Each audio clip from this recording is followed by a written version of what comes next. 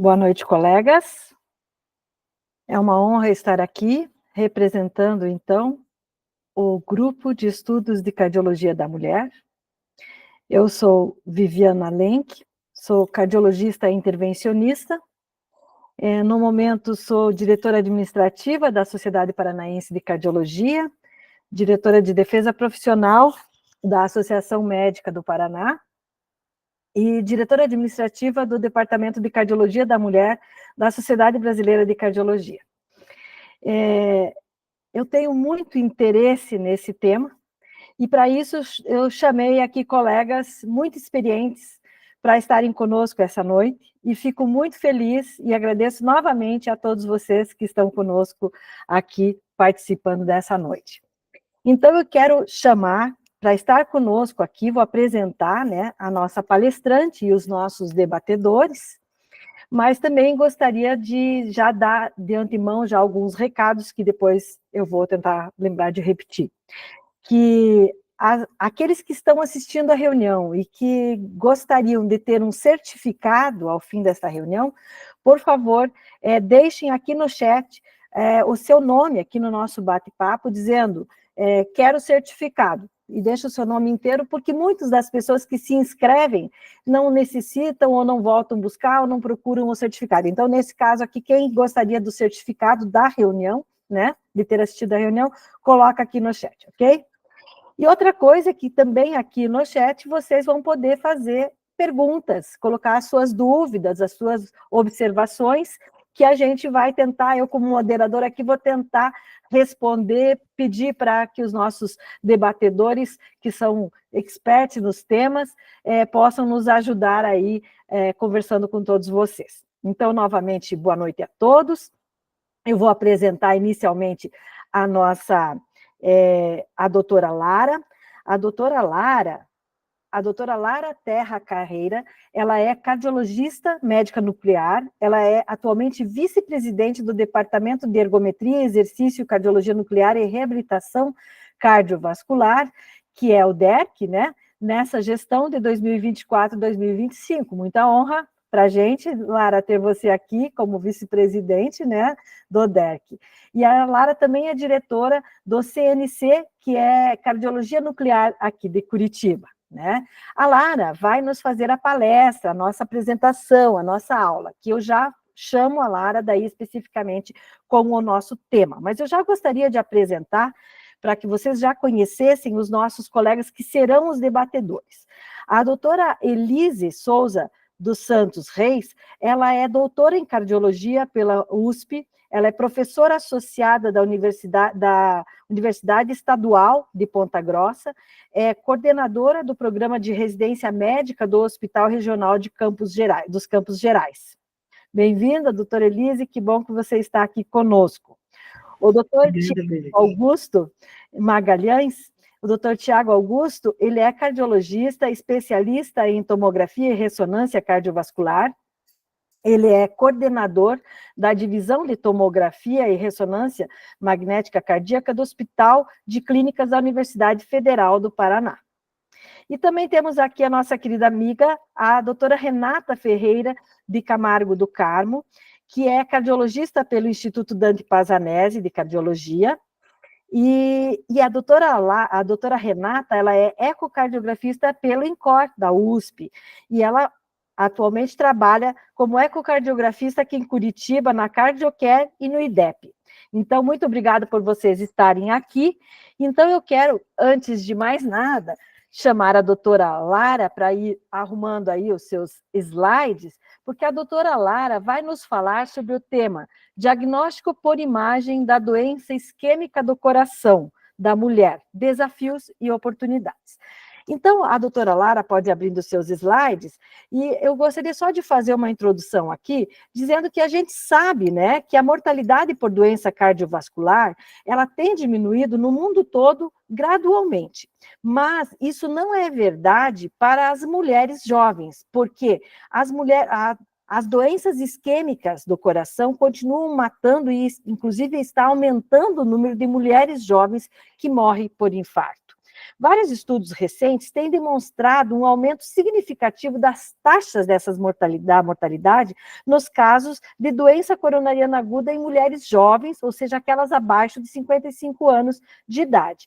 E apesar de todas as conhecidas diferenças entre os sexos, né, quanto à anatomia coronária, fisiologia coronariana, sintomas, comorbidades e até a eficácia dos tratamentos, o motivo dessas diferenças entre homens e mulheres ainda não é totalmente conhecido, e as mulheres continuam sendo subdiagnosticadas e subtratadas. E é tentando resolver um pouco dessa situação que a gente vem, então, chamar a doutora Lara para falar sobre diagnóstico por imagem na doença isquêmica do coração da mulher. Desafios e oportunidades. Obrigada, doutora Lara. É com você agora. Olá, boa noite. É uma honra muito grande estar aqui falando um tema tão gostoso quanto a doença isquêmica da mulher, né? Então, vou falar sobre o diagnóstico por imagem da doença isquêmica do coração da mulher, desafios e oportunidades. Vou falar sucintamente sobre cada método, depois nós vamos aprofundar a discussão. Então, eu declaro que eu não possuo conflito de interesse quanto à apresentação. Então, o diagnóstico por imagem da doença isquêmica cardíaca na mulher, ela possui desafios específicos e oportunidades distintas, que existem diferenças biológicas e fisiológicas em comparação à doença isquêmica da mulher, em comparação aos homens. E essas diferenças vão trazer também, vão afetar a apresentação clínica, a interpretação e a eficácia dos métodos de imagem também. Então, esse é um artigo que foi escrito agora em 2023, né, um recente, pelas nossas queridas amigas do Departamento de Cardiologia da Mulher, e essa figura resume bem as diferenças relevantes da doença isquêmica da mulher em relação aos homens. Então, as mulheres, elas apresentam um quadro clínico atípico com maior frequência do que os homens. Os sintomas isquêmicos são deflagrados na mulher mais pelo estresse emocional, diferente dos homens, que é mais pelo esforço físico. A doença isquêmica ocorre mais tardiamente nas mulheres, porque aumenta muito a incidência depois da menopausa, então a doença geralmente acontece aí 7, 10 anos mais tarde do que os homens. Existem os fatores de risco tradicionais e os específicos do sexo feminino, além de determinantes psicossociais que interferem na saúde cardiovascular da mulher. As mulheres mais jovens, além de estar aumentando a incidência da doença nas mulheres mais jovens, elas também têm uma mortalidade maior em comparação com os homens. Quer dizer, são várias as diferenças aqui, e também não só na apresentação, quanto na característica do coração da mulher. As artérias epicárdicas são menores com relação aos homens, o tônus vasomotor é menor, e essas diferenças todas vão refletir nos exames de imagem. Existem diferenças quanto à fisiopatologia, à apresentação clínica e, por consequência, o tratamento. Então, a característica da placa na mulher é diferente. A carga aterosclerótica geralmente é menor do que no homem. As placas calcificadas são menos, ela tem menor quantidade de placa calcificada. A ruptura da placa é menor, a mulher é mais por erosão de placa. A apresentação clínica eu já falei, que é uma dor, que são sintomas geralmente atípicos, a mulher tem mais sintomas inespecíficos do que o homem, e isso faz com que o tempo para o diagnóstico seja maior do que no homem, e também leva muitas vezes a erro diagnóstico. Por consequência, o tratamento, a mulher é mais submetida a tratamento inadequado, menos submetida a terapia de reperfusão, tem mais complicações quando submetida à intervenção percutânea, e a melhora dos sintomas após a revascularização cirúrgica geralmente é menor. Isso porque existem diferenças também na predominância da fisiopatologia da mulher. Quanto aos fatores de risco, existem os fatores de risco tradicionais, bem estabelecidos, como hipertensão, dislipidemia, diabetes, sobrepeso, mas esses fatores de risco tradicionais, na mulher, eles têm mais impacto do que no homem. Então, a mulher, ela tem, por exemplo, diabetes, ele confere um risco 40% maior de doença isquêmica às mulheres do que aos homens. A mulher tem mais sobrepeso, mais obesidade, a mulher é mais sedentária, tem mais síndrome metabólica. Então, o peso do tabagismo na mulher é maior. Então, o peso dos fatores de risco tradicionais na mulher é maior, tem mais impacto do que no homem. E, além disso, tem os fatores específicos do sexo, como a menopausa prematura, diabetes gestacional, distúrbios hipertensivos da gravidez, síndrome de ovários policísticos, inflamações sistêmicas, artrite reumatoide, lúpus, doenças autoimunes, né? Fatores que sequer muitas vezes na consulta são abordados. E os fatores subreconhecidos aí, os psicossociais, depressão, ansiedade, fatores de discriminação racial, acesso ao sistema de saúde, que vão interferir aí, no fim das contas, no desenvolvimento dessa doença nas mulheres. E todas essas diferenças que eu falei, essas peculiaridades vão se estender aos exames de imagem não invasivos no sexo feminino. Então, é muito importante que a gente saiba dessas diferenças e conheça exatamente a possibilidade que nós temos o armamento diagnóstico que nós temos, conhecendo vantagens, desvantagens, isso vai refletir na acurácia e, obviamente, no impacto prognóstico e de tratamento dessas mulheres. Vamos falar um pouquinho de cada um desses métodos que nós temos, então, começando pelo ecocardiograma. Então, o ecocardiograma em repouso, transtornásico em repouso, ele é recomendado para todas as mulheres com suspeita de doença isquêmica cardíaca, vai permitir a avaliação da contração global e segmentar através da avaliação do espaçamento sistólico e outras metodologias como o strain e a fração de ejeção, e o eco sob estresse está indicado na investigação da doença isquêmica em sintomáticos de risco intermediário ou avaliação prognóstica na DAC já estabelecida.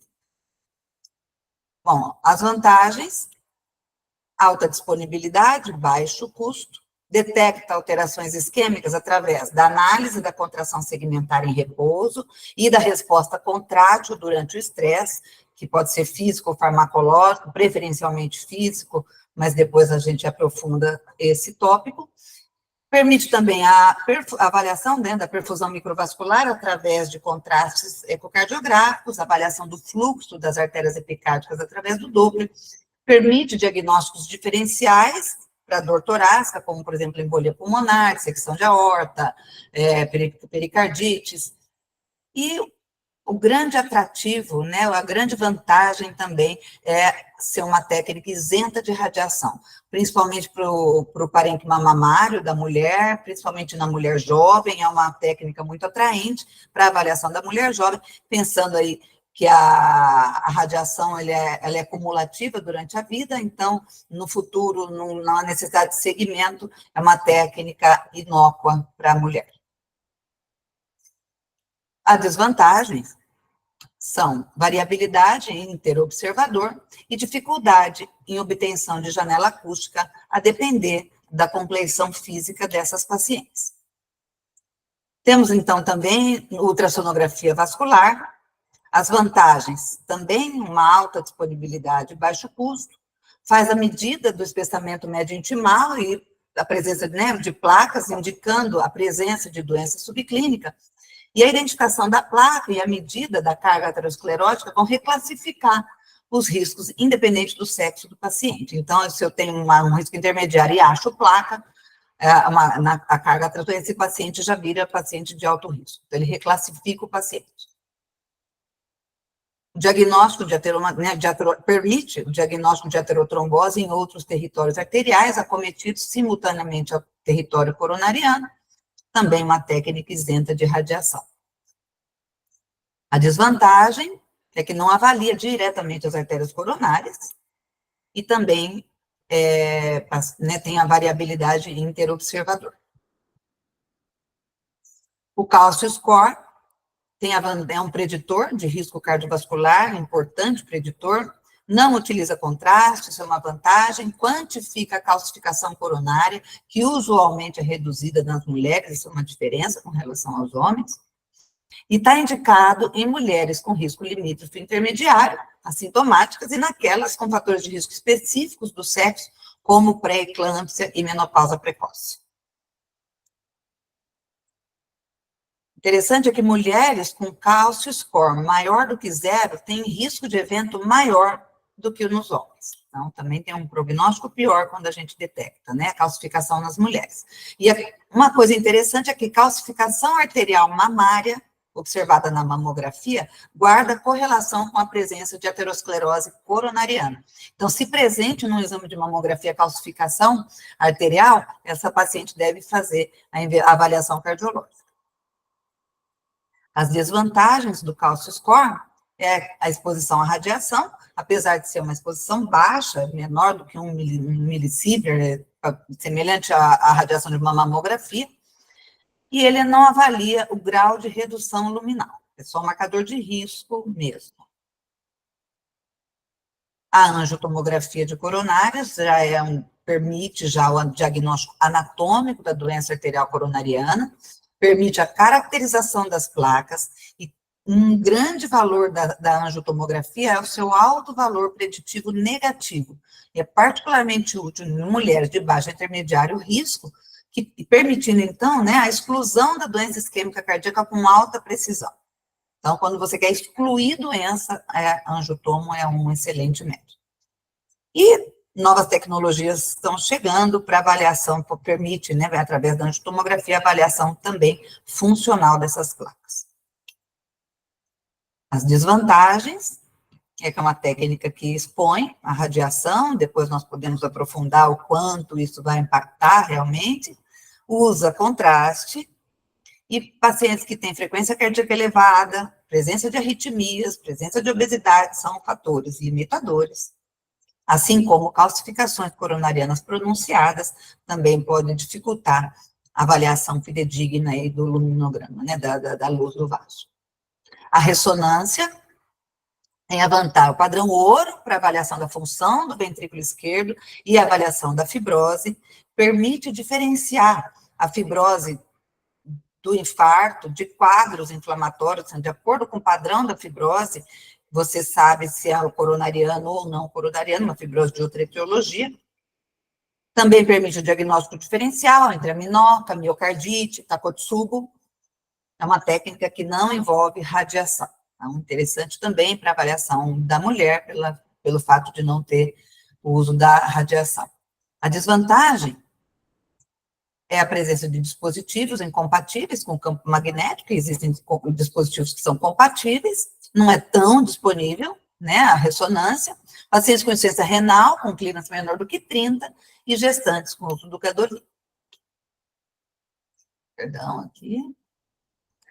A cintilografia de perfusão miocárdica é outra ferramenta que permite avaliação diagnóstica e estratificação de risco da doença coronariana, e ela avalia as consequências funcionais da doença isquêmica cardíaca, trazendo informações qualitativas e quantitativas que ajudam também no processo, né, ajudando muito no processo de decisão.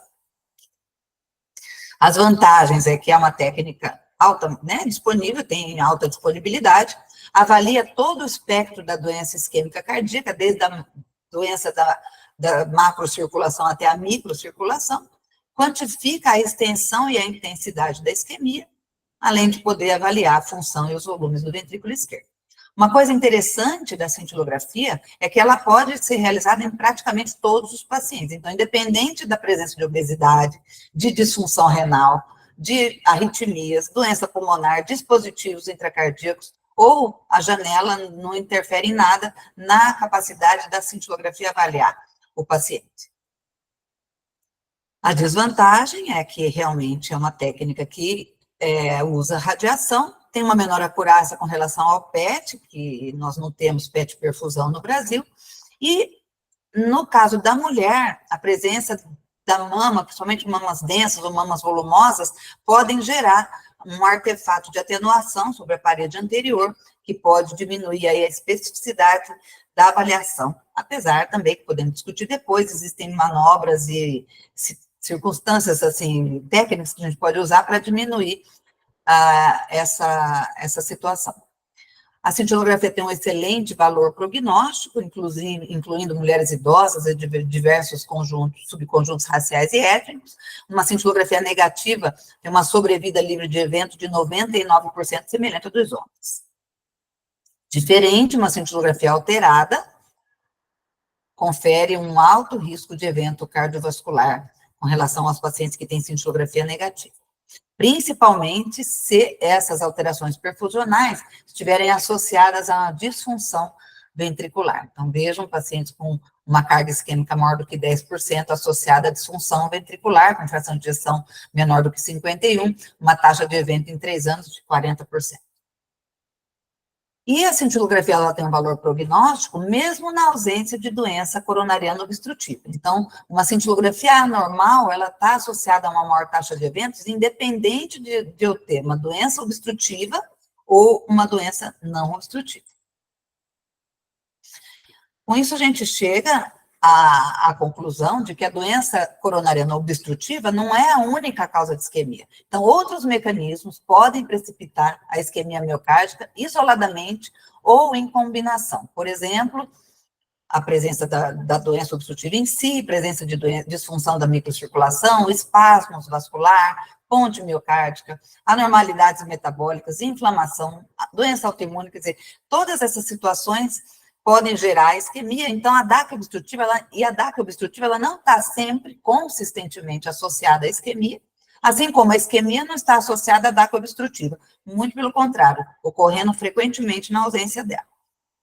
Veja esse trabalho com mais de 11.200 pacientes com angina estável que foram encaminhados para a angiografia, que 2/3 das mulheres e 1/3 dos homens não tinham doença arterial obstrutiva. Então, a doença da microcirculação é uma situação que está presente em vários contextos, né, em várias outras patologias. Então, eu posso ter vasoconstrição, pacientes com hipertrofia podem ter disfunção da microcirculação, miocardiopatias, miocardiopatia infiltrativa, quer dizer, vários são os cenários em que a doença da microcirculação está presente, inclusive concomitante à doença arterial obstrutiva. E, diferente do que se pensava, a doença da microcirculação não é uma entidade benigna. Observem que os pacientes que têm uma reserva de fluxo reduzida, menor do que 2, têm um pior prognóstico do que pacientes que têm a reserva preservada, isso em homens, né, tanto em homens quanto em mulheres. Então, a presença, quer dizer, o evento cardiovascular maior ocorre mais cedo e mais frequentemente entre homens e mulheres que têm doença da microcirculação do que aqueles que não têm. Então, quando eu tenho a doença da microcirculação, na presença ou na ausência de DAC obstrutiva, eu tenho um prognóstico adverso.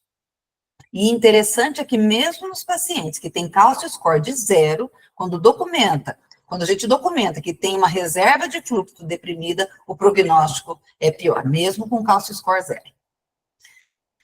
Entretanto, temos que tomar cuidado com o diagnóstico, com o superdiagnóstico de doença de microcirculação. Então, para que a gente feche o diagnóstico de doença da microcirculação, existem os critérios de Covades, aqui simplificados, que você tem que ter os 4 critérios para você falar. Quer dizer, tem que ter sintoma de isquemia, tem que ter ausência de DAC obstrutiva, né, com doença menor do que 50%, tem que ter evidência objetiva de isquemia e evidência documentada de falha na função, né, na reserva coronariana. De modo não invasivo, o método padrão ouro para avaliação da microcirculação é o PET-CT. Nós não temos PET-perfusão no Brasil, porque nós não temos no Brasil o traçador que avalia a perfusão, nós temos o PET no Brasil oncológico, com uma glicose marcada, né, mas o PET-perfusão nós não temos, mas é o padrão ouro para avaliar a circulação, porque ele consegue quantificar o fluxo coronariano por ml por grama de tecido. Então, vejam aqui, no caso, essa paciente tinha uma perfusão relativa, que é o que a gente vê no SPECT normal, e quando faz a quantificação, a reserva, vejam que o normal é maior do que 2, quer dizer, todos os territórios coronarianos estavam com a reserva reduzida. Então, quando você olha as imagens de perfusão, parece homogênea, parece normal. Por quê? Porque elas estão todas reduzidas. Então, a perfusão relativa é homogênea. Isso é um caso, uma causa de, entre aspas, falso negativo, né? Quer dizer, na verdade, a gente não consegue, quando a gente quantifica o fluxo, a gente vê que, na verdade, todos os territórios estão com a perfusão reduzida, por isso que ela está homogênea. Aqui, de novo, com maior zoom aqui para... Então, como nós não temos PET, perfusão no Brasil, nós temos câmeras agora chamadas CZT, que é uma outra tecnologia de SPECT, que é uma alternativa muito promissora para avaliação do fluxo coronariano, né? Seria aí uma esperança para quem não tem o PET-CT, e essas câmeras estão cada vez mais disponíveis aqui no Brasil para a gente, e que permitem, então, a avaliação do fluxo coronariano pela técnica SPECT, que é o que nós temos, né? Então, é promissor para nós no Brasil a chegada dessas câmeras, e isso aqui um trabalho comparando, né, a eficácia, a performance da CZT com relação ao PET, que é padrão ouro, mostrando, então, uma boa acurácia do método.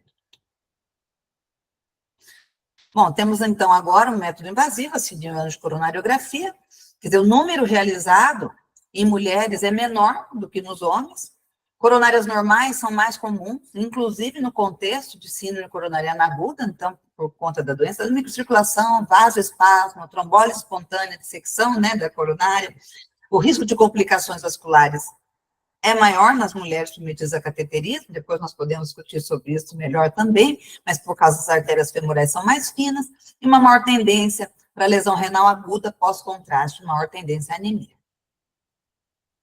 Esse é um documento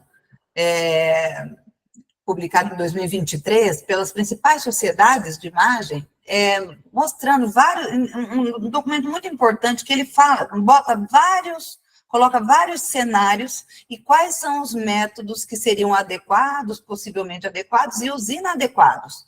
Então, ele põe vários cenários, né, clínicos, e quais os exames que seriam possíveis de serem utilizados. Um documento que eu recomendo fortemente a leitura. E os exames de imagem na avaliação da mulher, muitas vezes nós vamos precisar, assim como no homem, uma associação de exames. Então, a integração de diferentes modalidades de imagem, junto com os dados clínicos, laboratoriais, vão permitir uma abordagem mais abrangente e precisa da avaliação da doença isquêmica nas mulheres. Aqui um outro documento publicado, né, pela Sociedade Europeia, mostrando, assim, como decidir sobre se eu vou para o lado funcional, se eu vou para o lado anatômico. Então, existem características do paciente que falam a favor de você ir para um caminho ou para o outro. Então, vejam aqui, a avaliação anatômica, ela seria preferível em pacientes com baixo para intermediário risco, pacientes que têm características que favoreçam a avaliação, com frequência cardíaca com ritmo regular, disponibilidade do método, né? Pacientes que não têm história prévia de doença coronariana. Já seria mais adequado ir para uma avaliação funcional, pacientes com probabilidade maior de doença, que tem DAC conhecida, que tem alta carga de calcificação aterosclerótica, ou que não é um candidato ideal para fazer exame anatômico, pacientes com arritmia, pacientes muito obesos, seria, então, melhor para ir uma avaliação funcional. E pacientes de muito alto risco se beneficiariam, então, da avaliação anatômica.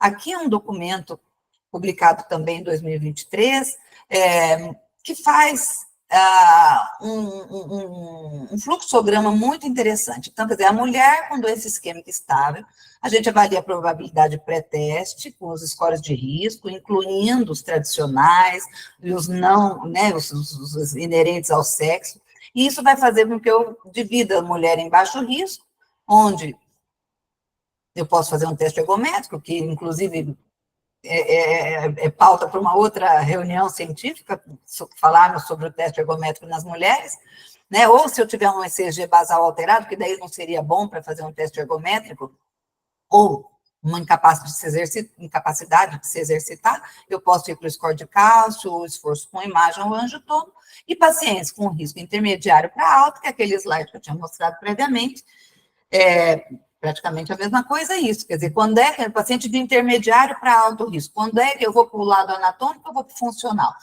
Depende do perfil da paciente, né? Então, paciente com ausência de doença conhecida, ausência de calcificação coronariana, algum outro método, né, que se eu vejo já por uma tomografia de tórax que tem calcificação, talvez a angiotomo eu tenha dificuldade para avaliação dessa paciente, então talvez seja melhor ir para uma avaliação funcional de imagem, como ecoestresse ou a cintilografia, de acordo aí com aquilo que a gente já falou previamente dos prós e das vantagens e desvantagens de cada um, né?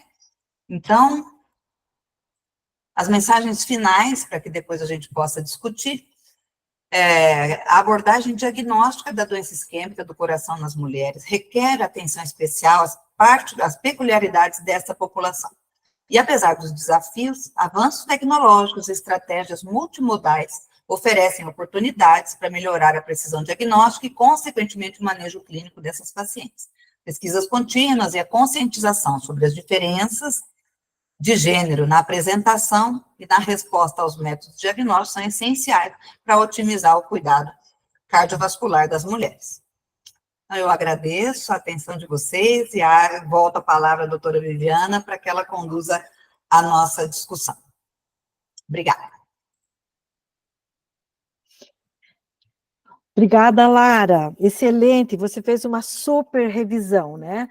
Então, ficou muito bom, ficou fácil de a gente ter aí a ideia global de todos os métodos de imagem que a gente pode utilizar na DIC nas mulheres, né? Então, parece, né, Lara, que mesmo assim, por mais que se desenvolvam todos os métodos, ainda a clínica é soberana, ou seja, tudo começa com uma boa avaliação clínica, porque é dali que vai se decidir qual é o melhor método, né, Lara? Então, eu gostaria de perguntar,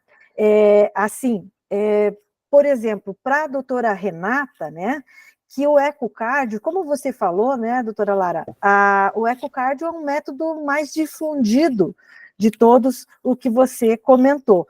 Então, doutora Renata, abre sua câmera. Vamos pedir para o pessoal abrir as câmeras aí, por favor? Porque eu queria saber quando que a gente utiliza, então, o eco de estresse, né, nas mulheres, assim, na pesquisa da doença isquêmica coronária, né, da cardíaca nas mulheres. Quando que tem essa indicação? Qual que é a melhor indicação para fazer ecoestresse em mulher? Boa noite, doutora Renata. Boa noite, Viviana, boa noite a todos. Eu queria agradecer à Sociedade Paranaense, em especial a doutora Viviana pelo convite. É uma honra estar aqui participando com vocês. Então, o ecocardiograma sob estresse, ele é indicado para todas as mulheres na pesquisa de doença isquêmica cardíaca, né? Salvo as contraindicações, porque ele é um método barato, tem uma acurácia boa, é um método que ele está altamente disponível, ele pode ser realizado em vários serviços, em várias cidades. O que a gente precisa para realizar esse exame é um aparelho de eco, monitorar, ter uma sala com material com suporte para emergências, né, mas relativamente é pouco aparelhagem que precisa e uma estrutura pequena. Ele está indicado para todas as mulheres e, como não usa radiação, também pode ser utilizado na gravidez. Sempre que a gente vai fazer um ecocardiograma de estresse, o início a gente começa com o ecocardiograma torácico. Só aí a gente já consegue ter uma avaliação da função sistólica, tanto pela fração de ejeção, quanto pelo strain, outros parâmetros como função diastólica, átrio esquerdo, válvulas, e em mulheres ele ajuda muito no diagnóstico diferencial de dor torácica. Você tem alguns sintomas alguns sinais que possam sugerir uma tromboembolismo pulmonar, uma pericardite, uma dissecção de aorta, que também já vai ajudando no diagnóstico. Com relação a qual método usar, o ecocardiograma de estresse ele pode ser realizado com esforço físico e com medicação. Isso. A preferência é o esforço físico. A gente pode fazer o esforço físico com uma bicicleta supina ou com esteira. O esforço físico sempre é melhor porque você induz a isquemia de uma maneira fisiológica. Uhum. E além dos parâmetros do eco, você vai ter os parâmetros do teste de esteira, né? Vai ter uma capacidade funcional, a carga que ela consegue fazer de esforço, a resposta da pressão. Então, sempre de preferência. Quando não dá para fazer um esforço físico, que a paciente tem alguma limitação, ou aquela paciente que não consegue fazer esteira, ou tem alguma contraindicação, daí a gente vai para a parte farmacológica, que pode ser com inotrópicos, como a dobutamina, ou com vasodilatadores, que no Brasil o que a gente usa principalmente é o dipiridamol, mas também pode ser usado a adenosina. A sensibilidade e especificidade para o diagnóstico de ambos, esteira e medicação, é bem parecida, né? E entre a esteira e a bicicleta também cicloergométrica, os dois têm a sensibilidade e especificidade bem parecidas também. Uhum. Ah, que bom. Eu acho que com isso, então, a gente percebe que esse é um bom exame para, como você colocou, para a maioria absoluta das mulheres, né, Renata? Contraindicações são as mesmas, né, para a mulher quanto para os homens. Quer falar um pouquinho sobre isso? Então, são as contraindicações do método, que são as mesmas, pacientes com hipertensão grave, arritmias não controladas, pacientes com síndromes coronarianas agudas, pacientes instáveis, com insuficiência cardíaca aguda, são todos contraindicados ao método, né, tanto um quanto o outro.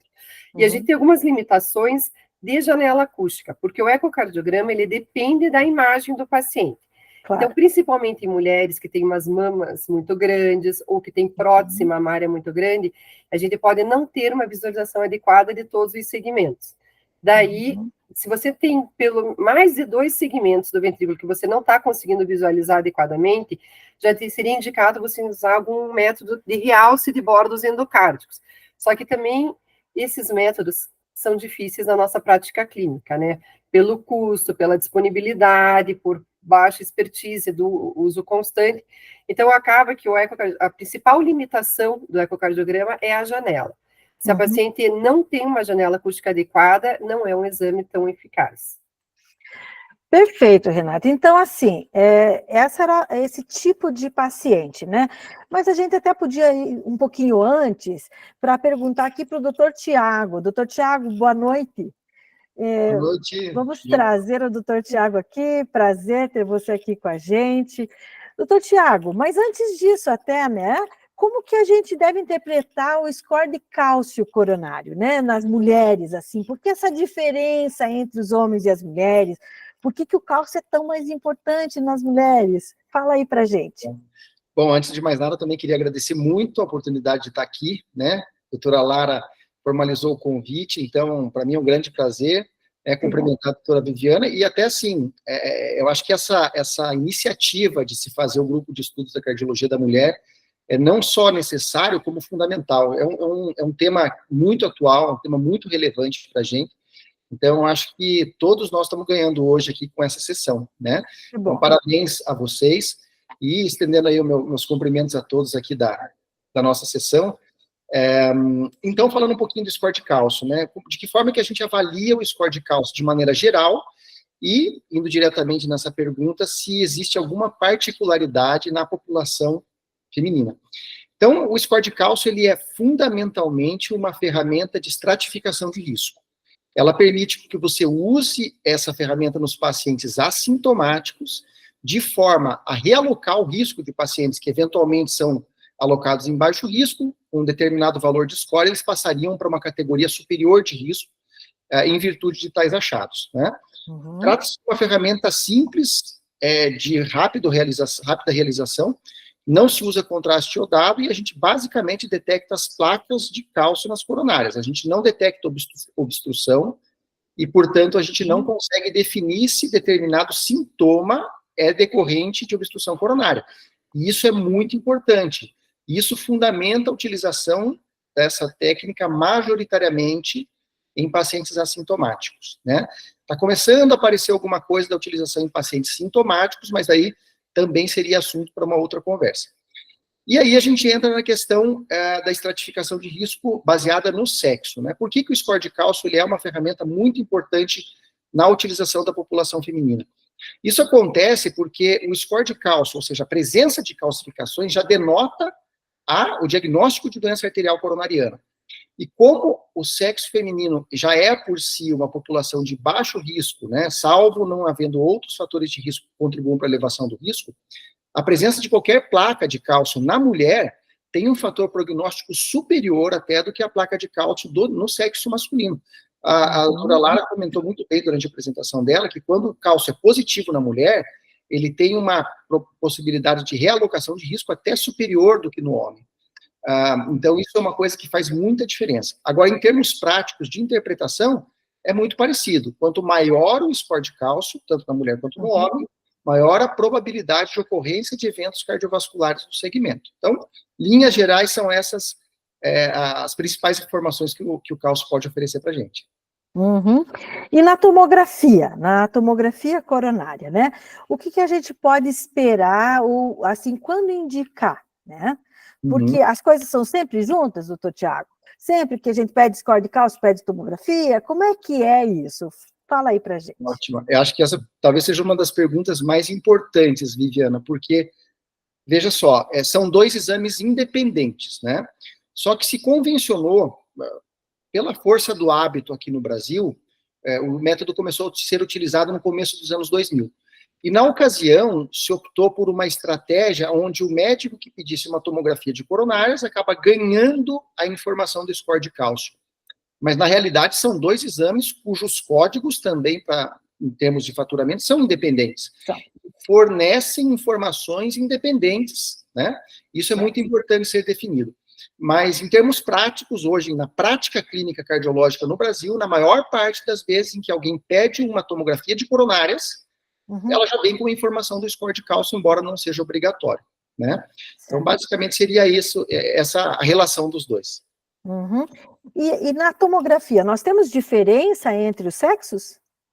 Tem diferença na expressão da doença, né? Isso já é bem conhecido, o homem tem mais expressão de doença.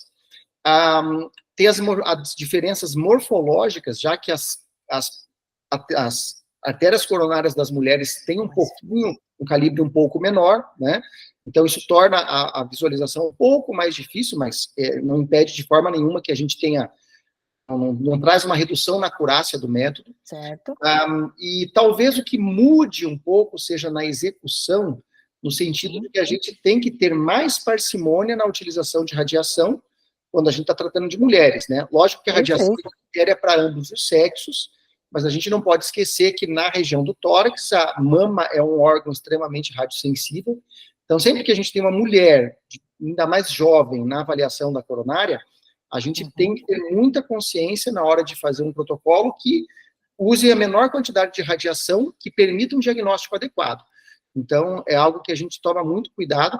Mas isso, de maneira geral, não nos preocupa, porque, como a Lara também comentou, um score de cálcio, para vocês terem uma ideia, tem uma radiação equivalente a uma mamografia, sendo que é utilizada para uma doença que tem, né, a maior causa, a maior incidência de mortalidade hoje, em primeiro lugar, a doença cardiovascular. Então, se a gente faz a mamografia sem tanta preocupação, por que a gente teria a mesma preocupação para evitar uma doença com tanta morbidade e mortalidade? Mortalidade. Verdade. Acho que é isso muito importante, gente. Lembrar também que a radiação ionizante, né, não é totalmente assim, brincadeira, né? Nós temos que pensar nisso, né? E se tratando de ressonância, a ressonância magnética do coração, nesse caso do que nós estamos falando aqui de EDIC, né? De doença isquêmica do coração. Quais as indicações? Existem indicações diferentes para as mulheres, né? Eu sei que a doutora Lara já falou, mas eu gostaria de ouvir de você um resumo aí. Claro. Não, vamos tentar ser bem objetivo, assim. A ressonância magnética, ela tem uma capacidade de um exame só avaliar funções ventriculares, caracterização tecidual e avaliação de isquemia.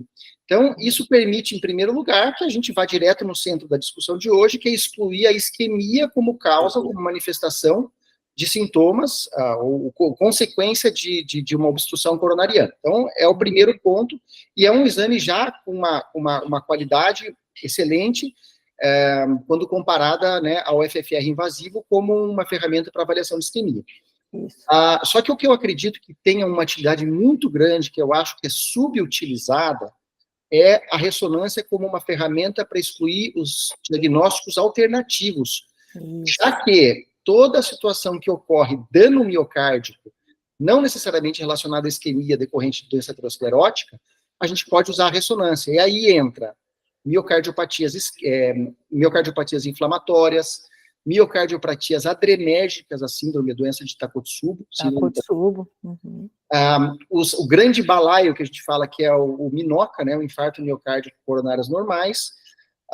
Então, e todas as situações, na verdade, a gente coloca aí síndromes de elevação de troponina, vamos dizer assim, porque tudo que causa isso, a gente tem como utilizar uma ferramenta, que é a ressonância, que exclui a causa isquêmica e as causas inflamatórias e de dano miocárdico não relacionado à aterosclerose. Então, é um exame que, embora tenha alta complexidade e nem sempre esteja disponível, uma vez que a gente consiga lançar a mão desse exame, eu acho que ele tem uma capacidade diagnóstica de contribuir para a conduta clínica de uma maneira muito robusta. Perfeito, eu acho que é bem isso mesmo, a gente tem utilizado isso na hemodinâmica, né, quando a gente não consegue chegar a um diagnóstico, a gente vai para a ressonância.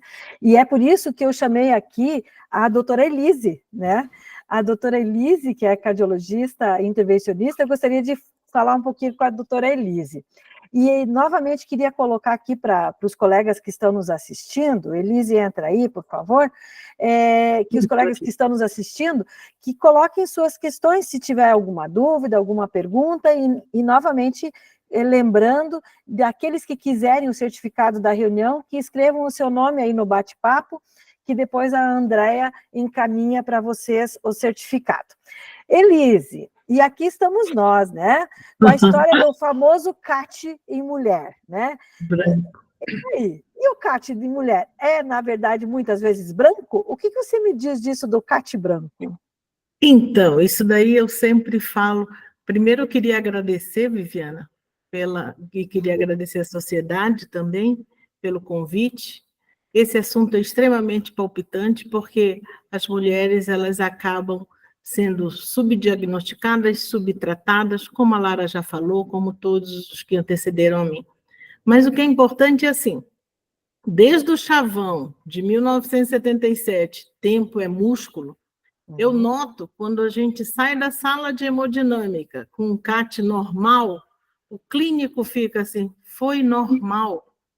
Então, nós estamos vivendo uma mudança de paradigma nos últimos 10 anos, que vai demorar um pouquinho, eu acho, para acostumar. Porque na síndrome coronariana aguda, todo mundo pensa, doença aterotrombótica, tem algo obstruído. Obstrutivo. O que eu vou fazer? Eu vou desobstruir, eu vou colocar um stent e vai tudo melhorar. E qual é a grande frustração quando essa coronária está normal? Né? Então, aí nós vamos começar a conviver com as outras denominações que são relativamente novas, não são tão novas, mas acaba que é importante a gente vivenciar isso para que abra o leque e que não pense que... E na mulher é muito frequente isso. Por quê? Porque não tem a ruptura da placa classicamente, na grande maioria das vezes. A gente tem que pensar que a mulher ela vai fazer erosão. Então, quando nós temos a ruptura da placa, a gente só vai ter um desequilíbrio entre células inflamatórias e células musculares lisas. Agora, a erosão pode ser uma simples apoptose de célula endotelial. Então, isso daí é o que fazer, né? Foi uma inoca, foi uma minoca, foi uma dissecção espontânea de artéria. E aí, o que fazer? Né? Temos lesão ou não temos lesão? E o que eu falo sempre, aqui eu estou falando para os jovens futuros médicos, que se vocês perceberem, tem alunos também, que sempre é importante, a clínica sempre vai ser soberana na história desse paciente. Qual é a idade dessa paciente? Ela tem os riscos adicionais ou ela não tem os riscos adicionais também?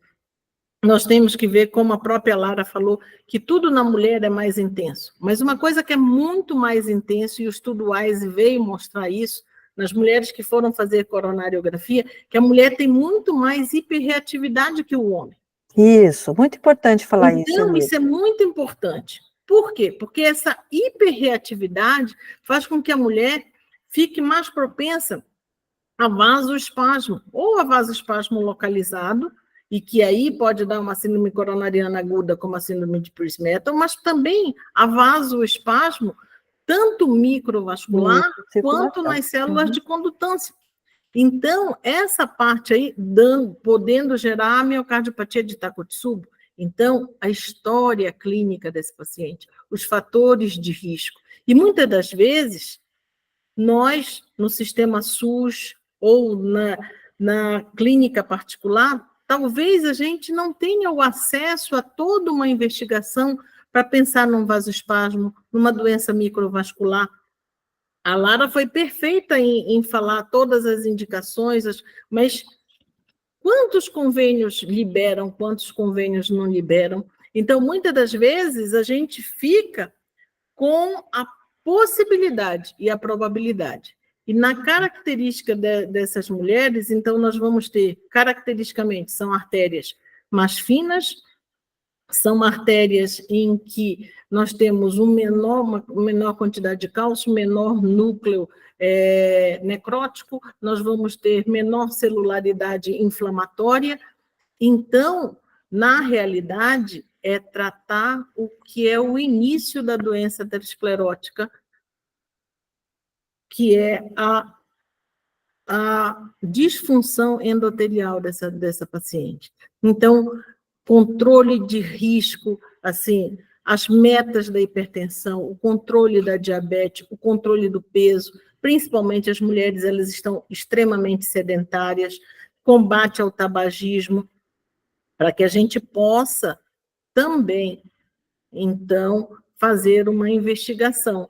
E, se não pudermos fazer uma investigação adequada, pelo menos tentarmos chegar a uma possível... Porque, veja bem, diagnosticar uma minoca talvez seja mais fácil, mas temos também a tinoca.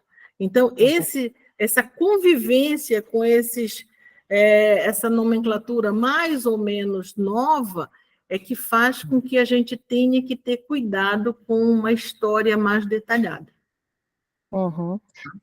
Isso aí, Liz, eu acho assim que, como todos, né, Liz, a gente chega à conclusão, nós que somos intervencionistas, a gente valoriza muito a história clínica, o exame físico, né, que são coisas que já trazem para a gente aquela hipótese, antes de a gente mesmo entrar nas coronárias dessa paciente, a gente já imagina, aqui é mais possível que seja um vasoespasmo, olha, essa paciente teve um episódio agudo, emocional, isso é possível que seja Takotsubo, ou essa paciente é gestante, pode ser uma dissecção espontânea de artéria coronária, né, que ocorre das dissecções, 45% são pacientes gestantes, né?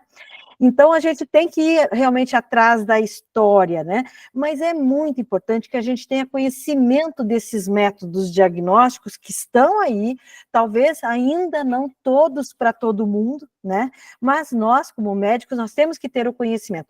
Eu gostaria de perguntar aqui, eu estou vendo várias pessoas conhecidas aqui, mas até porque falei em gestante, lembrei, tem uma pessoa aqui que está na nossa audiência, que eu acho que a gente vai ter a possibilidade de chamar algumas pessoas aqui. Eu vou ver se a gente consegue chamar a doutora Célia. Doutora Célia está por aí?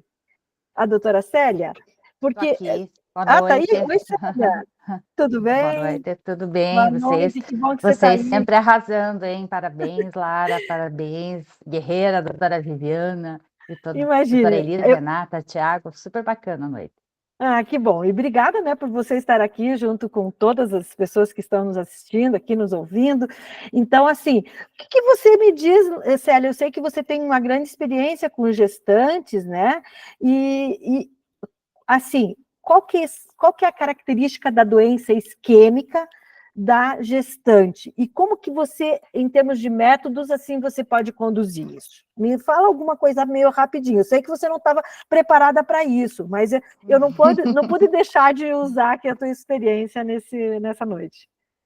Na gestante a gente sempre tem que pensar na dissecção, né? Então, daí é a clínica, obviamente, os marcadores, o eletrocardiograma, e a gente tem que pensar na dissecção. Outro tipo de doença coronariana, assim, na gestante, no período, assim, fértil, eu confesso, assim, que eu não tenho experiência de manuseio, porque eu quase não vejo. O que eu vejo de síndrome coronariana aguda, assim, nos casos de gestante, é a dissecção, né? Que daí é uma situação que não vai bem nesse contexto de investigação da doença isquêmica crônica, né?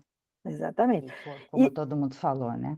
E lembrar, né, Célia, que mesmo sendo gestante, se for infarto, né, a gente tem que levar para a mesa, Sim, né? com certeza, tem que levar para, com certeza, né? Não é Aham. porque faz proteção e tudo, e tem que fazer, né? Porque é Tem uma que fazer o questão que, cateterismo, e sendo sim, dissecção sim, e tendo fluxo, o tratamento é sim, clínico, né? Não é a questão da nossa aula aqui, mas só para a gente falar, né, sim, que a sim, dissecção espontânea da artéria coronária, na maioria das vezes, o tratamento é clínico, né? Mas a gente precisa é. ter o diagnóstico para saber disso, né? Sim, sim, e às vezes mesmo sendo a dissecção, às vezes tem que colocar alguma coisa lá, né, porque às vezes é tão Exatamente. grave, né? Às vezes, quando é muito Aham. grave, choque cardiogênico, oclusão completa da artéria, É, né? A gente precisa colocar um stent, né?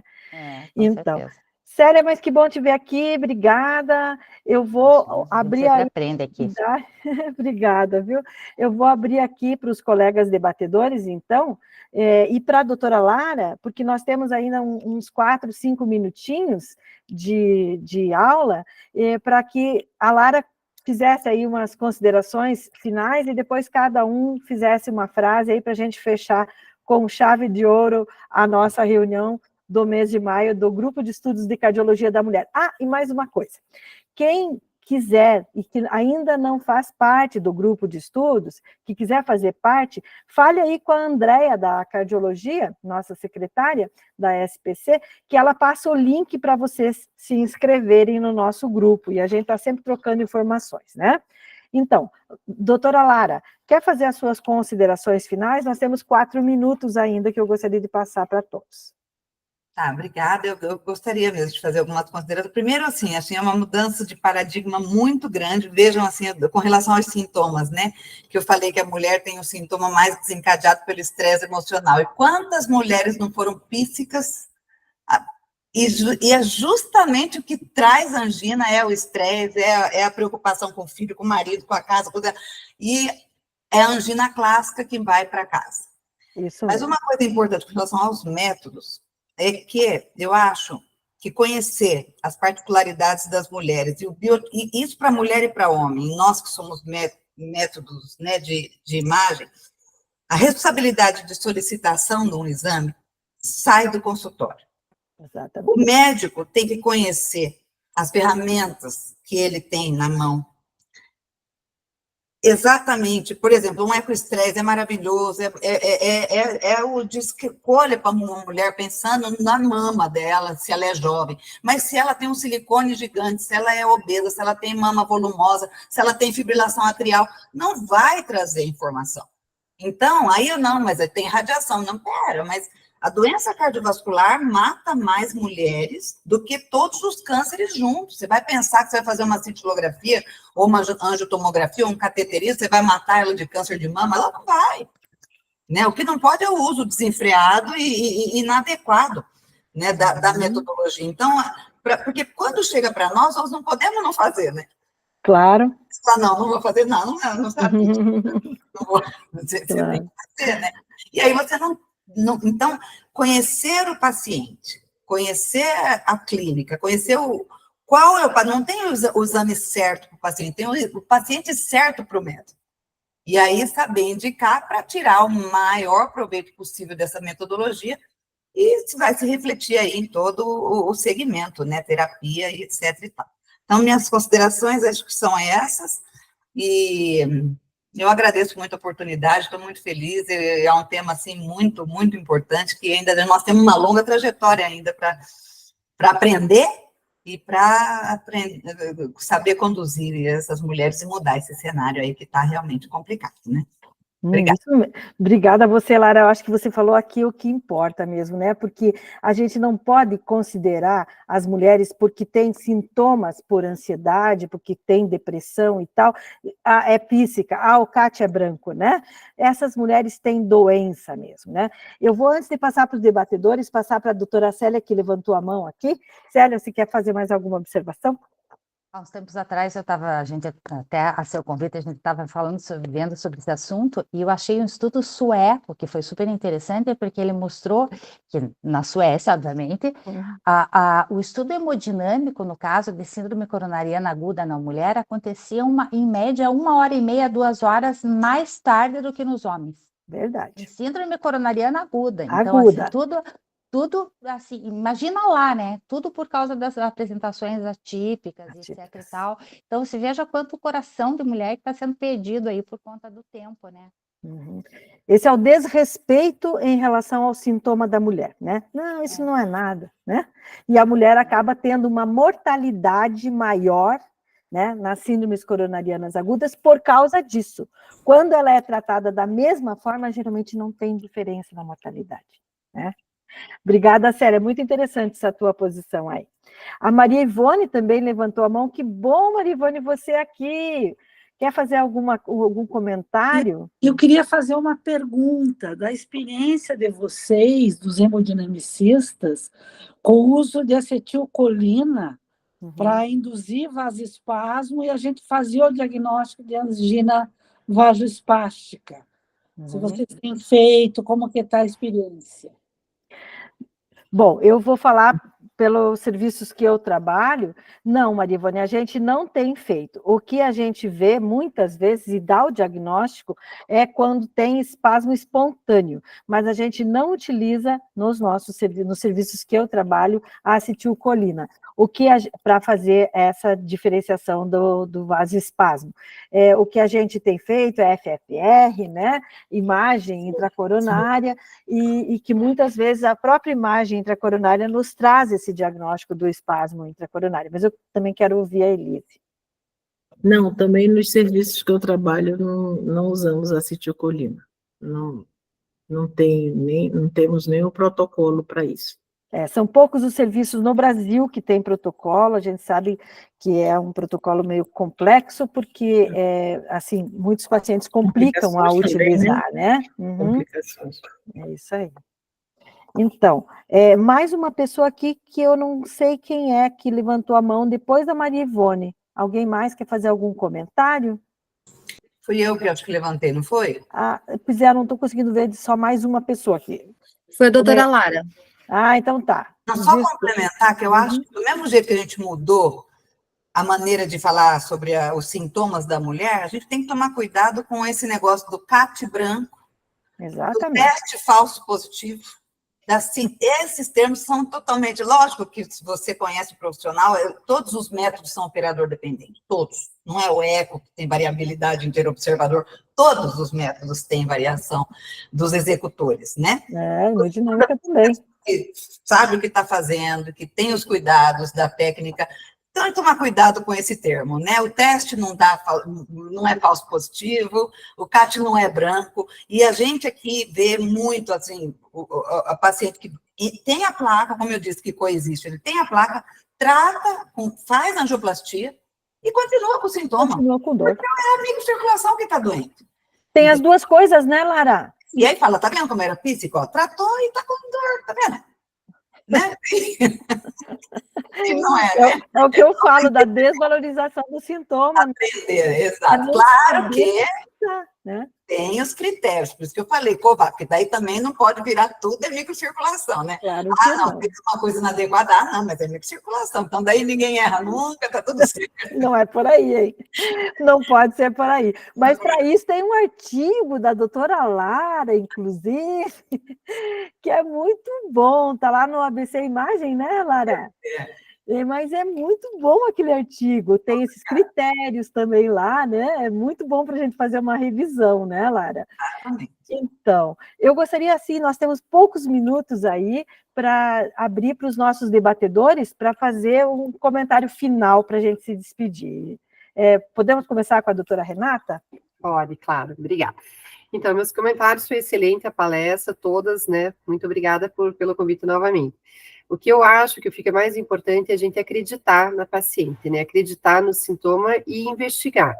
O ecocardiograma, ele sempre é um método muito fácil e a acurácia dele é muito boa, então ele deve ser sempre utilizado, salvo, né, as limitações. Então, é a mesma coisa que a Lara falou. O clínico tem que avaliar, tem que ver, se possível, até conversar com a ecocardiografia que vai fazer, se tem uma janela acústica adequada, porque se você consegue visualizar todos os segmentos, faz um exame bem feito, você consegue definir muita coisa, isso ajuda muito o paciente.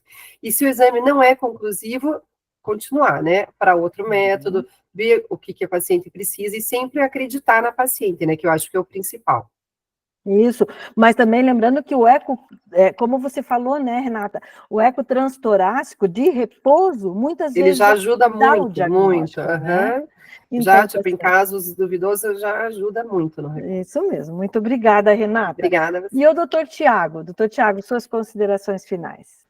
Bom, só ressaltar de novo que para mim está sendo um grande prazer participar aqui com vocês hoje. Eu acho que o grupo ele tem um potencial enorme, tenho certeza que vai trazer muita informação de qualidade para todos nós. Então, de novo, parabéns pela iniciativa. É um prazer, contem comigo quando vocês precisarem, tá? E aqui eu acho que a palavra principal que resume, não vou falar do meu método, acho que a gente já explorou bem, mas o que eu gostaria de colocar aqui, que mais do que nunca, para a população feminina, a gente depende de multimodalidade, tá?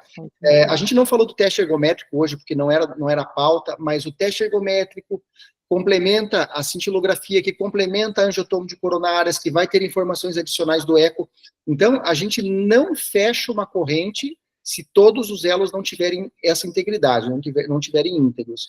Então, sempre que a gente tiver alguma limitação de um método, que sempre vão ter, a gente se apoia no outro método complementar que vai conseguir juntar essas peças e trazer um diagnóstico mais assertivo. Então, são essas as observações que eu queria fazer. De novo, parabéns, obrigado pelo convite. Obrigada, eu acho que a palavra multimodalidade é muito boa, perfeita para encerrar o nosso tema aqui. Eu quero ouvir a doutora Elise, para fechar, doutora Elise. Eu só queria agradecer também, realmente a iniciativa do grupo de estudos foi muito boa e eu acho que tem muito a acrescentar, e sem falar que é um assunto extremamente palpitante, mas eu acho que também, eu vou só ser repetitiva com o que todo mundo já falou, é que é importante a clínica ter a parte funcional e ter a parte anatômica, essa junção de tudo, e acreditar no que a paciente está falando, porque realmente ficar tudo no psiquismo, o que foi, e acreditar nas diferenças que a mulher tem em relação ao homem, e que isso daí a fazem ter tantos sintomas. Eu acho que é isso, sempre acreditar, investigar, para que a gente não possa passar batido em uma doença que vai ter uma mortalidade tão grande. Era isso, e agradecer novamente. Gente, muito obrigada, fiquei muito feliz aqui, nós estamos em 39 pessoas, eu acho isso fantástico, e eu gostaria de aproveitar aqui, né, para falar que no nosso Congresso Paranaense de Cardiologia, que vai ser um sucesso, já é um sucesso em número de inscrições e tudo, mas a gente espera todos vocês que estão aqui na nossa sala de doença cardiovascular da mulher. E a gente vai estar lá falando, nós teremos uma mesa específica do DCM, né? Então, do nosso grupo de estudos, trazemos e vamos trazer a presidente do DCM, que é a doutora Gláucia, que vai estar aqui conosco no Congresso Paranaense de Cardiologia, que vai ser no final de agosto. Então, não deixem de se inscrever e participar, que vai ser um excelente congresso. Muito obrigada a todos e se inscrevam no grupo de estudos de cardiologia da mulher com a Andréia, que ela passa o link, tá bom? Uma boa noite, obrigada a todos. Boa noite. Boa noite. Boa noite. Boa noite a todos.